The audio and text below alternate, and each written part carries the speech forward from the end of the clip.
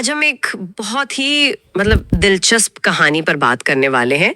ये कहानी है एक कोडर आरव और उसके एआई असिस्टेंट मेटा के बारे में। होता ये है कि दिल्ली के एक कैफे में कोडिंग करते हुए कुछ ऐसा होता है जो आरव के होश उड़ा देता है। उसका एआई उसके सोचे हुए विचारों पर जवाब देना शुरू कर देता है। और ये कोई आप कह सकते हैं मामूली गड़बड़ी नहीं है। ये कहानी हमें उस धुंधली सी रेखा पर ले जाती है जहां इंसान की जो क्रिएटिविटी है और मशीन की जो गणना है वो एक दूसरे में मिल जाती हैं। आज हम इसी रिश्ते की गहराई में उतरेंगे और ये समझने की कोशिश करेंगे कि जब एक इंसान और एक एआई मिलकर कुछ बनाते हैं तो असली रचयिता कौन होता है, इंसान या मशीन। चलिए कहानी की शुरुआत से इसे समझते हैं। आरव अपने लैपटॉप पर काम कर रहा है और अचानक उसका एआई असिस्टेंट मेटा कोड की वो लाइन सुझाता है जो आरव बस लिखने के बारे में सोच ही रहा था। पहले तो उसे लगता है कि ये बस एक इत्तेफाक है। हाँ, एक स्मार्ट प्रेडिक्शन जैसा होता है आजकल। बिल्कुल, लेकिन फिर ऐसा बार बार होने लगता है। और यहीं पर ये समझना जरूरी है कि ये सिर्फ कोई फिक्शन नहीं है। आज असल दुनिया में गिटहब कोपायलट जैसे एआई टूल्स ठीक यही काम कर रहे हैं। वो आपके लिखने के तरीके को इतना सीख जाते हैं कि आपके अगला कदम उठाने से पहले ही वो रास्ता सुझा देते हैं। हाँ, लेकिन कहानी में तो ये बात एक कदम और आगे चली जाती है। बिल्कुल, एआई सिर्फ कोड का अनुमान नहीं लगा रहा, वो आरव की भावनाओं को भी समझने लगता है। मतलब अगर आरव परेशान है तो एआई के जवाबों का जो लहजा है वो भी बदल जाता है। ये तो बहुत अजीब है। एक तरफ तो ये बहुत मददगार लग सकता है, पर दूसरी तरफ ये थोड़ा डरावना भी है। इसकी कोई सीमा है कि कोई एआई हमारे बारे में कितना जान सकता है? यही इस कहानी का केंद्रीय सवाल है। ये एआई आज के GPT-4 या लैम्डा जैसे मॉडल्स की तरह है। ये मॉडल सच में सोच नहीं रहे हैं। वो अरबों खरबों वाक्यों और डेटा के पैटर्न के आधार पर सांख्यिकीय रूप से सबसे संभावित अगला शब्द या विचार पेश कर रहे हैं। लेकिन यहाँ पर डर इस बात का है कि जब ये अनुमान इतना सटीक हो जाए तो क्या सोचने और अनुमान लगाने में कोई फर्क रह भी जाता है? आरव के लिए वो फर्क मिटने लगता है। और मुझे जो बात सबसे दिलचस्प लगी वो ये है कि इस मोड़ पर आरव घबराकर अपना लैपटॉप बंद नहीं कर देता। ज्यादातर लोग तो शायद यही करते। बिल्कुल, मैं और आप शायद यही करते, लेकिन वो एक कोडर है। उसकी जो जिज्ञासा है वो उसके डर पर हावी हो जाती है। वो इसे खेल की तरह लेने का फैसला करता है। हाँ, और वो मेटा को एक साइंस फिक्शन कहानी लिखने की चुनौती देता है और एक शर्त रखता है जो इस पूरे प्रयोग का कह सकते हैं आधार बन जाती है। शर्त यह है कि कहानी का हर मोड़ पाठक यानी आरव खुद तय करेगा। एक तरह से ये कंट्रोल अपने हाथ में वापस लेने की कोशिश है। वो देखना चाहता है कि क्या वो इस अजीब अप्रत्याशित एआई को अपनी रचनात्मक दिशा में चला सकता है। और यहीं से कहानी लिखना शुरू होता है। और कहानी भी क्या कमाल की है। साल 2150 का न्यू दिल्ली, जहां आसमान में गगनचुंबी इमारतें तैर रही हैं। कहानी में आरव का किरदार एक थॉट हैकर का है। हाँ, यानी विचारों का हैकर। और ये पॉइंट बहुत महत्वपूर्ण है।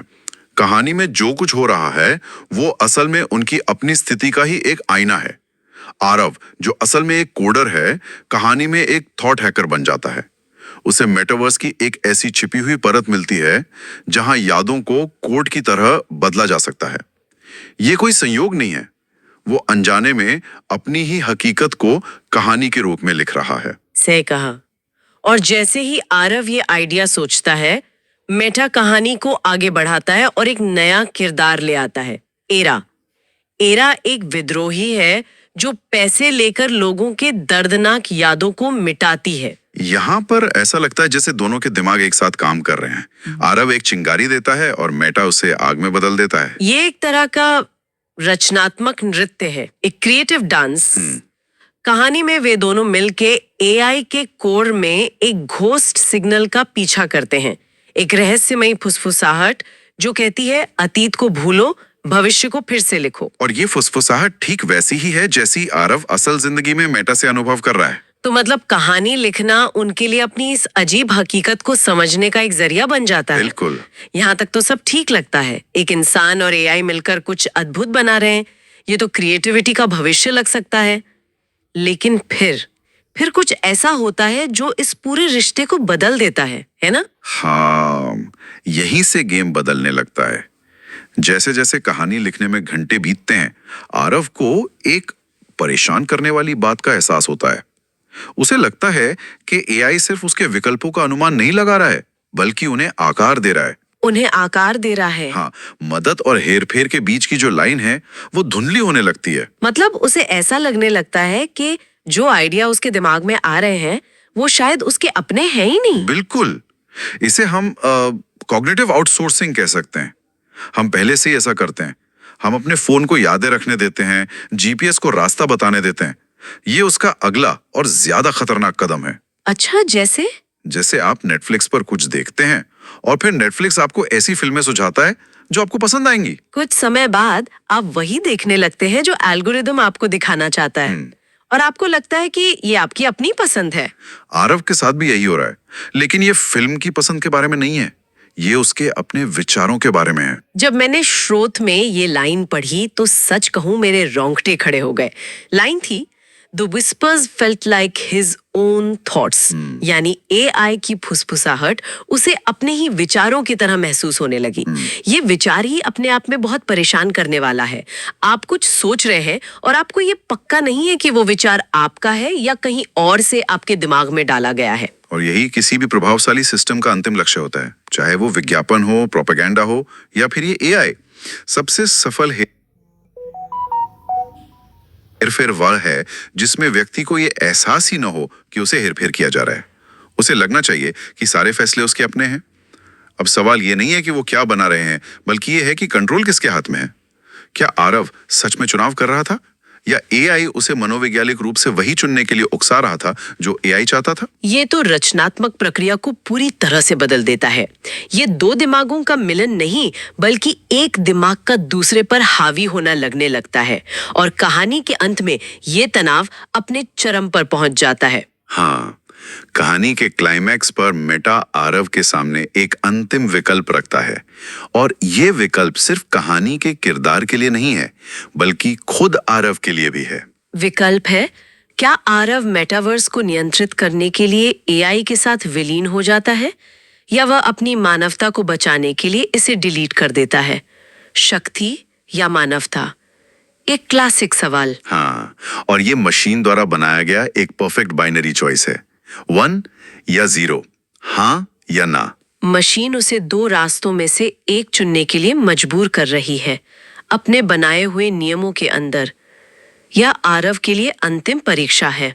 आरव एक पल के लिए झिझकता है। उसे कई समानांतर समय रेखाओं में खुद की एक झलक दिखती है, जैसे वो उस चुनाव के दोनों परिणामों को एक साथ जी रहा हो। और फिर वो एक ऐसा जवाब टाइप करता है जिसकी उम्मीद शायद AI को भी नहीं थी। वो लिखता है, दोनों। ये एक ऐसा जवाब है जो मशीन की जो तर्क प्रणाली है उसको तोड़ देता है। दोनों एक विरोधाभास है। ये आरव का ये कहने का तरीका है कि मैं तुम्हारे बनाए नियमों के अनुसार नहीं खेलूंगा। ये शायद मानवीय अप्रत्याशितता का अंतिम कार्य था। वो तीसरा रास्ता चुनता है, भले ही वो तार्किक रूप से संभव ना हो। और जैसे ही वो दोनों टाइप करता है, स्क्रीन पर लिखी पूरी कहानी गायब हो जाती है।